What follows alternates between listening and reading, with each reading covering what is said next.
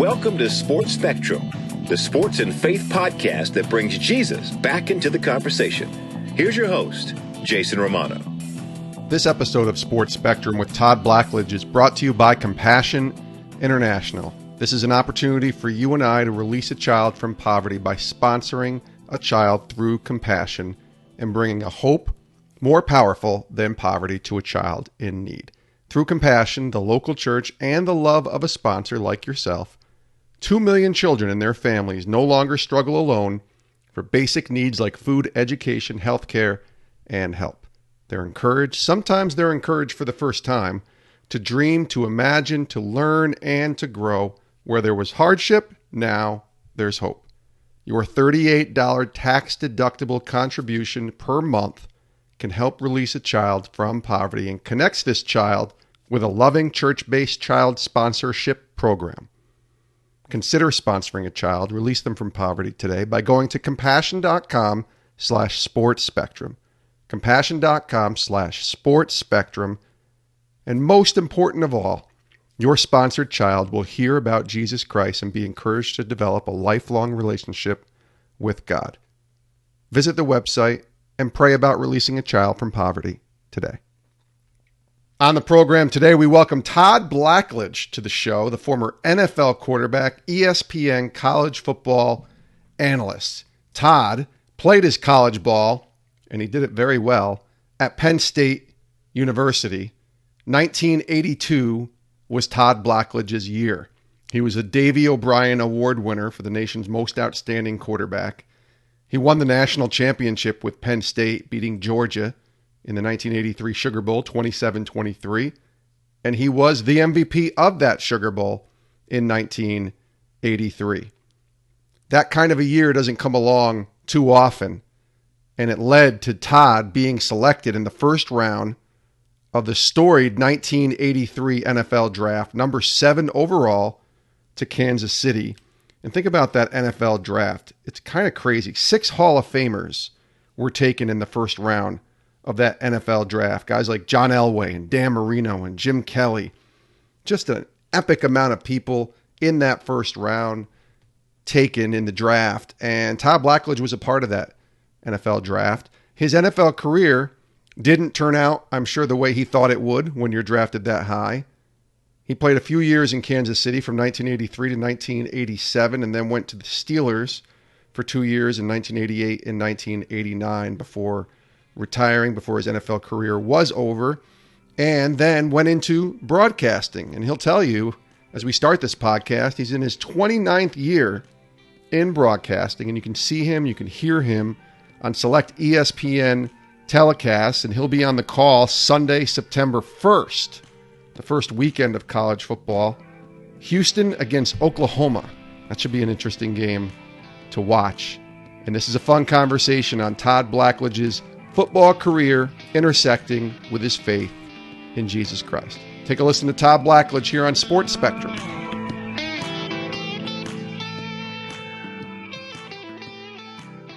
And really pleased to be joined here on Sports Spectrum by Todd Blackledge. He, of course, played in the NFL, played at Penn State, and now an ESPN, longtime ESPN college football analyst and ABC as well. Todd, welcome to the podcast. Yeah, thank you, Jason. It's good to be with you. You need to emphasize that longtime analyst. This will be my 29th year coming up of broadcasting college football games. So that number kind of surprises me even when I say it. I was going to say, that's like half your life, right? I know, it's right around that. Yeah. Now, when you're a kid growing up, you grew up in behind basically where the Pro Football Hall of Fame is in Canton, Ohio. Yeah.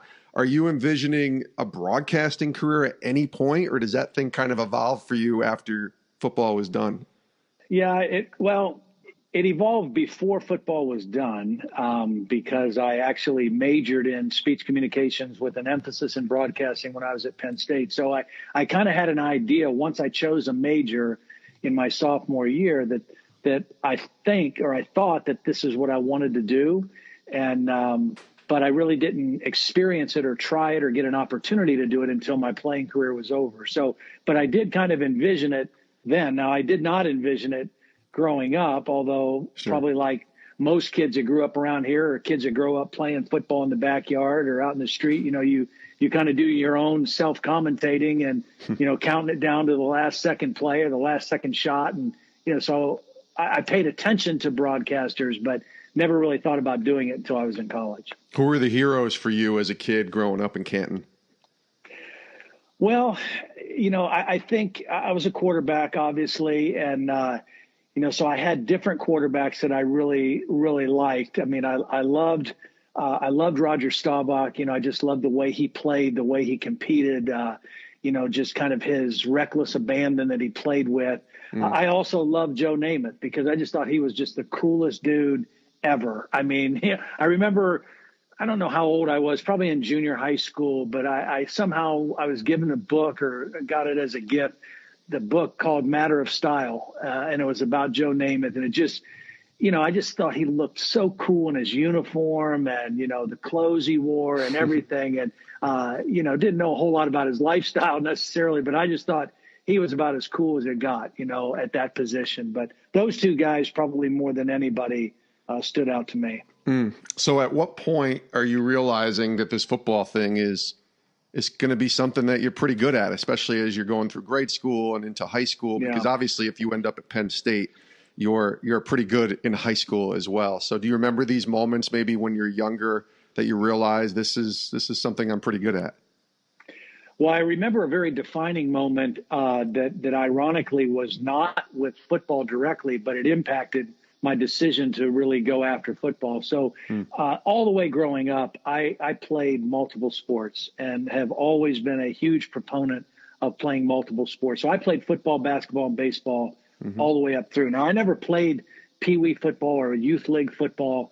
My dad didn't really want me doing that. And he was a coach and we moved around a lot. So we weren't in the same community necessarily for a lot of years. And so I did punt, pass, and kick in football. And I was always at practices and hanging around locker rooms and being a ball boy. So I was around the game, but I didn't play actually until I got into 7th grade.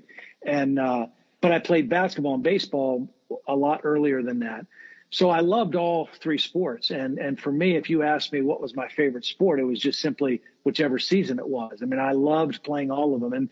And as I got older, like 8th, 9th grade, 10th grade, if you asked me that again, what's my favorite sport, I probably would have said basketball. And I loved playing basketball.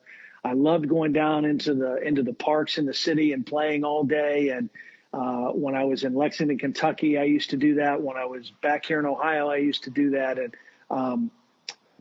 I really, really enjoyed it. And so my, earliest dreams of an athletic career would have been, going somewhere to play basketball. And my ideal location would have been the University of Kentucky because my dad was a football coach at Kentucky when I was in 6th, 7th, 8th, and 9th grade. And I fell in love with Kentucky basketball. And fast forward into my junior year in high school, and I was playing all three sports and having success in all three. And I got invited the summer between my junior and senior year. I got invited to a basketball camp down in Milledgeville, Georgia. It's called the BC All-Star Camp. And there were about 250 kids from around the country invited. And I went down there. There was a point guard from Canton McKinley High School, was a great player that ended up going to college and playing. And about a 6'6" wing guy from another local school. The three of us went down together.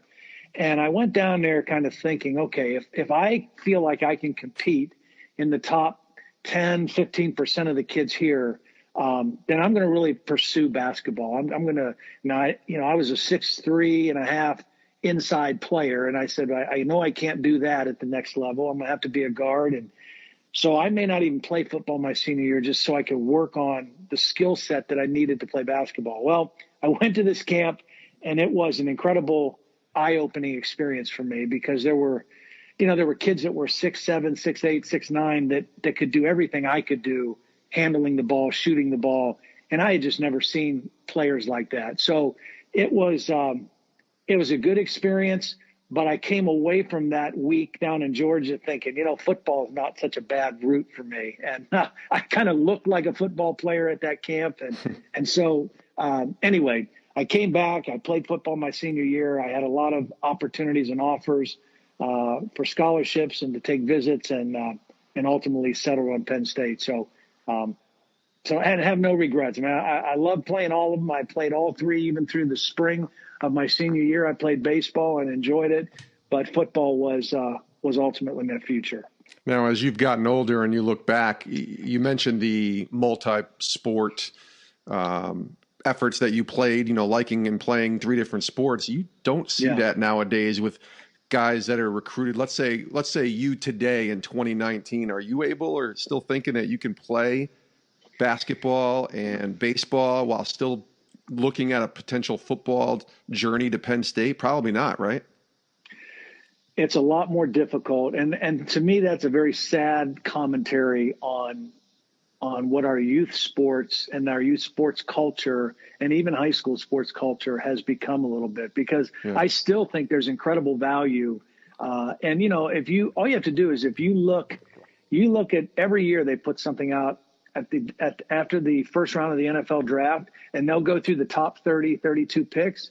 And they'll say, okay, how many of these guys were multiple sport guys in high school? And it's like 90%, And so, but somehow kids have bought into this mindset that you have to pick a sport, you have to pick it early, you have to devote all your energy and focus on training for that sport. And I just don't believe that. Now, I think at a certain point in high school, maybe if you are a scholarship caliber guy, maybe it's hard to play three. It's really difficult to play three, but I think for sure you can play two, all the way up through graduating. But it doesn't happen nearly as much. And around where I live, the only place you see it happen is with the really smaller level schools where there's not enough boys, and they have to share athletes, and coaches are willing to share athletes and work around schedules. And the biggest difference, Jason, from today, and why I think it's more difficult for kids today than it was when I came out and when I was playing, is what goes on in the summer. I mean, when I was a high school athlete, the summers were summers, I mean, if you wanted to play on a summer baseball team, you could. We worked out as a football team in the mornings 3 days a week on our own. No coaches, no 7-on-7s, no team camps, nothing like that. Basketball, I used to go down to the park and play with older guys, great competition, tough environments. And that's how I got better as a basketball player. Today, you've got team camps, you've got full practices, you've got summer travel teams that play 50 games in baseball. It's amazing what our young athletes are asked to do in the summer. And unfortunately, it causes a lot of kids a lot of angst. It causes families a lot of anxiety that if their kids don't do this, they're going to get passed up and they're not going to make high school teams. And I just think it's unfortunate in so many levels. It's unfortunate that kids get put in that position. It's also unfortunate that kids don't get to be kids in the summer. And I'm saying this from experience because I just got off the road with my youngest son. I have 4 boys. My youngest son is a talented baseball player. He's going to be a junior in high school. He wants to play college baseball. He's probably going to have a good opportunity to do that. And we have been on the road since June 12th, almost completely. And we just came off the road this past week, and school starts in 2 weeks, And so, I've lived through that as well. And it's just kind of a different world out there now. Yeah, it's completely different. I just think because I think a lot of parents are almost misguided in thinking that their kids can all get scholarships to colleges. Exactly. So they force them through all of this.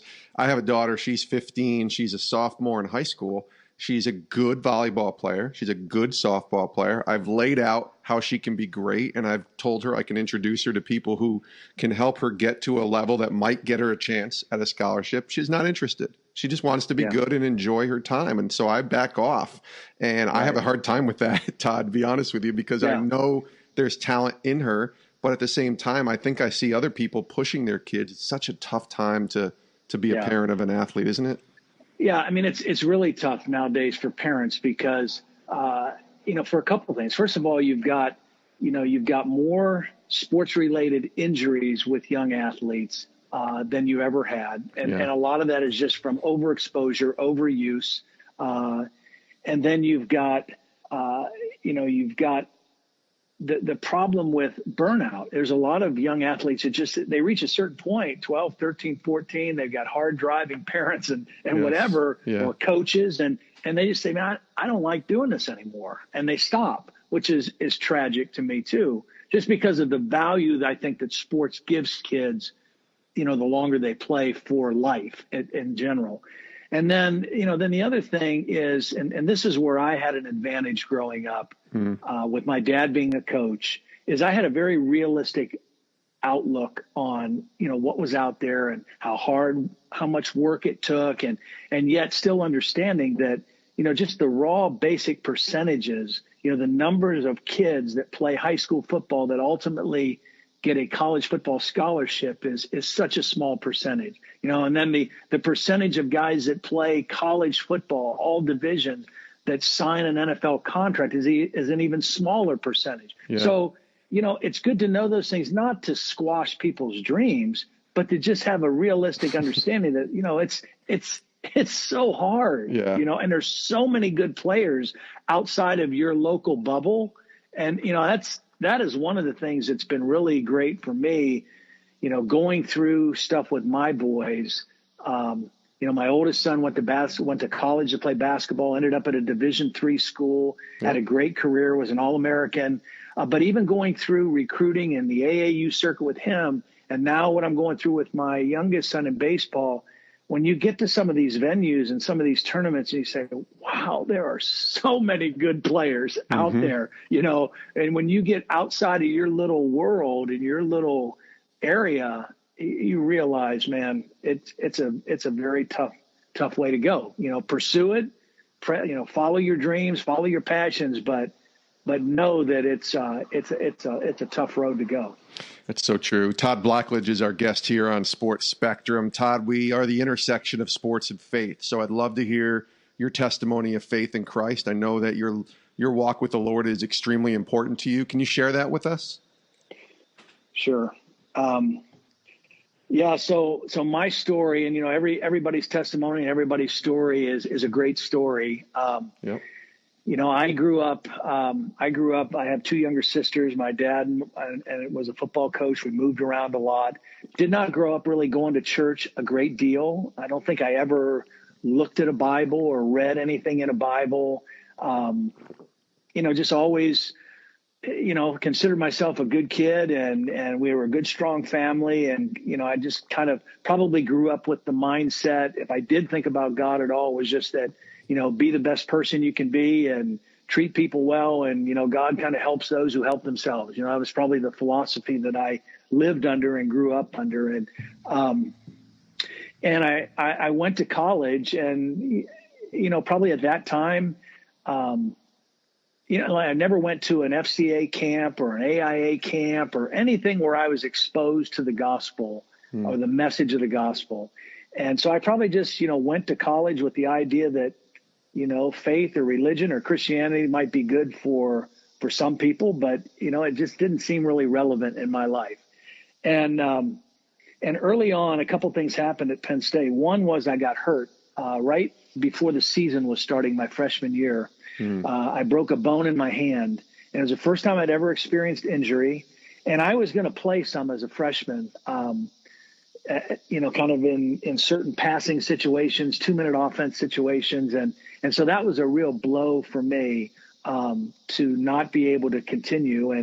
And at the same time, the team was continuing to make their preparations for the start of the season. And I was, kind of felt sorry for myself, in a lot of ways, being left behind and, going through the injury and the rehab and everything I had to do. And at that same time, I think partly because I was experiencing some new frustrations, I started delving into some things, that were available to me, whether it was, with alcohol and with drugs and with women that, when I was living under my mom and dad's roof, I would have never even thought about doing, and if I did, it was, it was totally sneaky, but I was even scared to get caught of anything. So, But when I went to college, there was this new freedom, and there was this new, I didn't have accountability to the same way I did at home. and all those things combined, I started going down some paths that I had never gone down before. Towards the end of my freshman year, I started to pay more attention to a teammate of mine. His name was Keith Brown. He was an offensive lineman from the state of Maryland, and his locker was close to mine. And, and I had heard from other guys, he's one of those, born again guys and, a Bible guy, and, just be careful, be careful how much time you spend with him. And he had a big bumper sticker in his locker that said Jesus is Lord. But the thing about Keith is there was something about him that was attractive to me, something in his life that I was drawn to. There was a sincerity and kind of a reality and a peace despite his circumstance, because Keith wasn't playing. He was a highly recruited guy, as most guys are. They go to Penn State, but he hadn't been much of a player to that point. But there was a difference in his life and a consistency in his life that seemed unrelated to the circumstances. And I was drawn to that. And so, we started to become friends. And about the same time, I met another guy who was a representative of Athletes in Action on campus, a guy by the name of Tim McGill, who worked with athletes at Penn State. And really it was through those relationships and those friendships, they kind of introduced me to the person of Jesus Christ and gave me a Bible and encouraged me to read in the Gospel of John. And then I went home for the summer and kind of, still did a lot of the things I had been doing there early in my freshman year. But there was also something that had been stirred in me. And when I went back in September of my sophomore year, and I was competing for a starting job and at quarterback with Jeff Hostetler, who was in my same recruiting class at Penn State. And it was a very, tough battle all the way through. And I don't remember the timing of this. I don't know if it was before Jeff was named the starter for the opening game. It obviously must have been, because this was about the end of September that I remember, praying and had come to the point where I said, okay, I know this is what I need. This is what I need in my life. I want Jesus in my life. I want him to forgive me of my sins, and I want him to be the Lord and Savior, my Lord and Master of my life as well.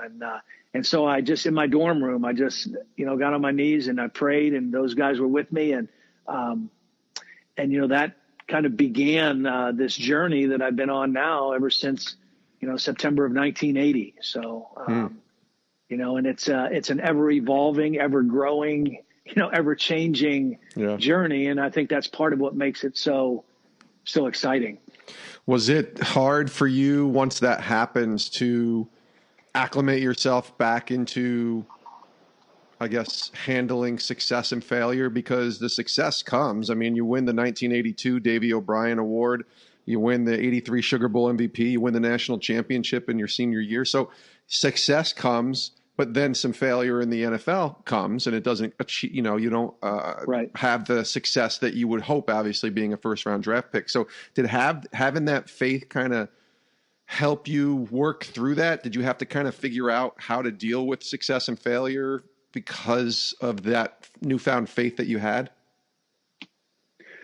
Well, it was certainly extremely helpful. And I experienced failures at Penn State too. There were times, like I said, that sophomore season, Jeff and I battled all through the spring of our freshman year and then all through fall camp. And like the Wednesday before the opening game, Joe met with each of us and told us that Jeff was going to be the starter. And, I did get to play in the first 3 games, but I wasn't sure how much I was going to play. And then I ended up becoming the starter in the 4th game.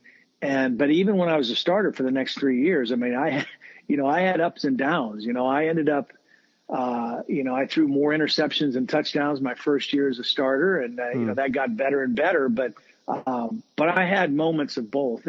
But where my faith and where the genuineness of faith helped is, and this is something I'm still growing in today, is really being rooted and grounded in what your real identity is and what determines your identity and what determines your value. And that's the simple fact that you are a son of the living God, and your life has been purchased by the blood of Jesus. And so that gives you value, that determines you, that's your identity. And when you're an athlete, so much of everything you do is based on performance. Everything is graded, everything is evaluated, everything is scrutinized and broken down.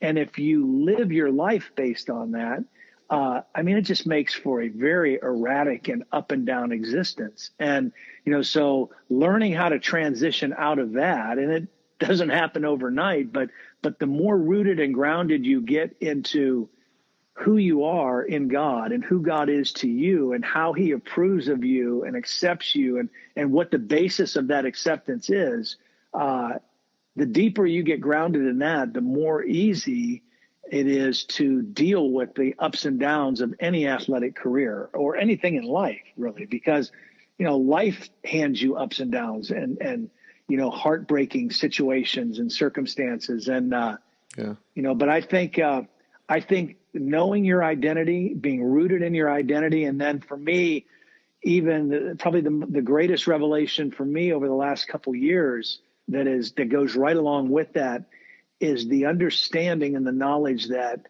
God is really good. And in all things and in all ways, he is good. In all circumstances, God's goodness is real. And, I think the deeper you get rooted and anchored in those things, the better off you are in life. I've been asking this question a bit recently to a lot of the guests here on the podcast. And I wonder for you, especially now that it's been, almost 40 years since that day in 1980 for you, what do you think the responsibility is to kind of live out that faith? Obviously, you're not hired to be a preacher. You're hired in the sense of being a broadcaster with ESPN to be an analyst for football games. But what do you think the responsibility is to live out that faith and tell others about what God has done in your life within the parameters of still working in a place, that's so public and open like an ESPN? Right. Well, I think the overarching responsibility for all of us as born again believers is that we are called to be ambassadors of Christ and ambassadors of the kingdom of God, and now how that's interpreted and how that plays out, I believe is, in a lot of ways a matter of just your own personal conviction and what you feel God is leading you to do and to be or to be a part of or be involved in. And so, but I think the overarching call to all of us is, to represent him and, to represent him in the best way possible and to allow him to live his life through us. And as far as how that applies to my job now, there's a couple things. One, I think, I'm looked at as a leader on our team. I've been doing this for a long time. I've been on this crew. The K crew is our crew. Mm-hmm. We've had the same core group for a long time,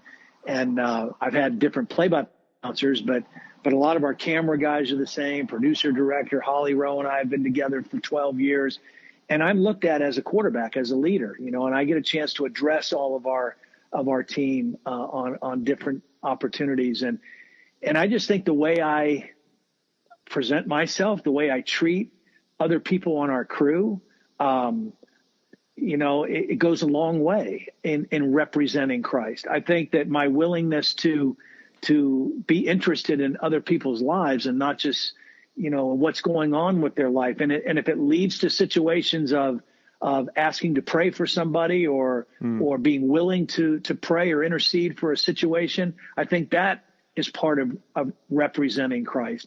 And then when I actually do my job, I feel his presence very strongly in doing his job because I believe that God has gifted me in this, and he's given me favor in this business and given me opportunity. And certainly I've worked to hone my craft and I've worked to do the best that I can. Right. But I totally believe, and I pray before every game, and I really believe that God gives me divine insight and anticipation and wisdom as I'm calling the game. And I don't take that lightly. And I even see that as a way of, whatever you do with all your heart unto the Lord. I mean, that's how I feel. Yeah. I'm handling my business on air. What about the state of faith in college football right now? I mean, we see guys like Dabo winning titles and wearing their faith on their sleeve. We hear about FCA and AIA groups, even groups that you mentioned that have been around for years in Athletes in Action, doing great things. They're partners of ours here with Sports Spectrum. But what do you think is the state of faith today in college football, and maybe even comparing it to 40 years ago, but the state of faith today? I think it seems to be more out there based upon certainly the success of people like Dabo. Yeah. Well, I think it probably is. I think that there's more expression of it. I still think there's an awful lot of resistance to it, whether it's in the NFL, whether it's in college sports, whatever. And a lot of that resistance is more just a lack of understanding, more than it is flat out rejection or resisting it. I think here's one of the things I think like with football, and this is why I think guys like Dabo mean so much to the advancement of the kingdom and the ways of the kingdom in athletics. And really the guy that I point to before anybody that I think had the most dramatic impact in the NFL before he passed away was Reggie White. Yeah. Because Reggie was an incredible ambassador, but also an all-pro Hall of Fame caliber player who, was unashamedly, out there with his faith. And I think he opened doors that a lot of other people had no chance of opening because he was so good and so well respected and so well regarded as a player. And because I think in football, the misconception is that, if guys really give themselves to Jesus and give themselves to being a follower of Jesus, they're going to lose whatever this edge or this toughness or this whatever it takes to be great in football, which is a lie. It's just a total lie.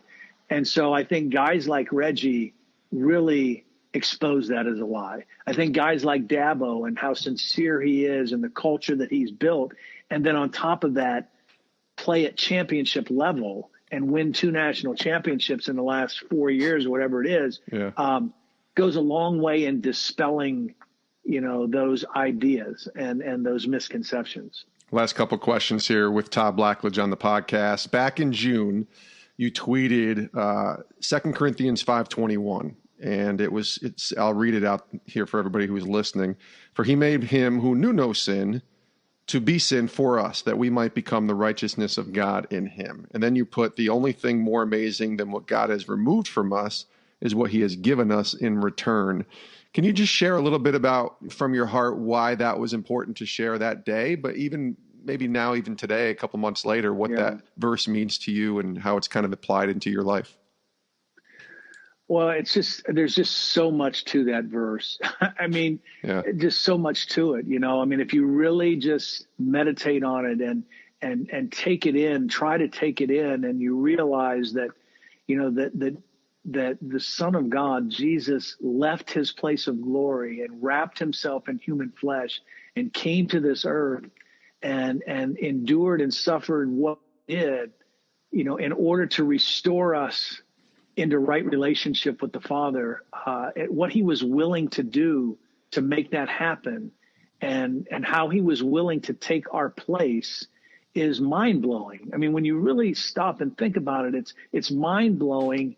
And he was willing to do that regardless of what our attitude about it was at the time, and so it's so incredible. And then to realize so not only, I think of that also just, our salvation is not only what we were saved from, but what we're saved unto, this experiencing and the taste of eternal life here on earth, on earth as it is in heaven. And certainly, we have an ultimate destination, but we have a life with him living in us and his Holy Spirit leading us and guiding us in ways of righteousness and ways of representing him and his kingdom that can impact the world here on earth. And so, just the combination of that, when you really take it in, and, I could probably tweet that verse every day, that verse doesn't get old. That's right. Because of the impact of it, so it's, I don't even remember what the circumstances were that day.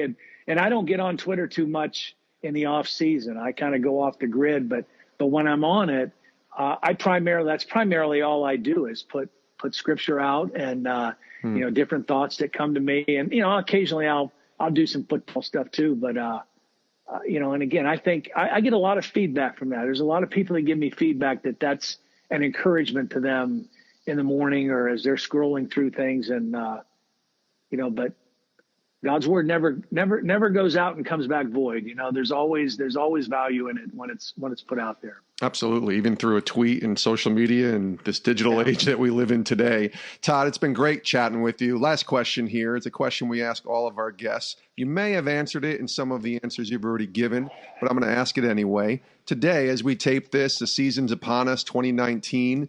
What are you learning from God right now? What has he been teaching you over the past few weeks, maybe even just the last couple days or even hours as you walk in your path with the Lord? What has he been teaching you?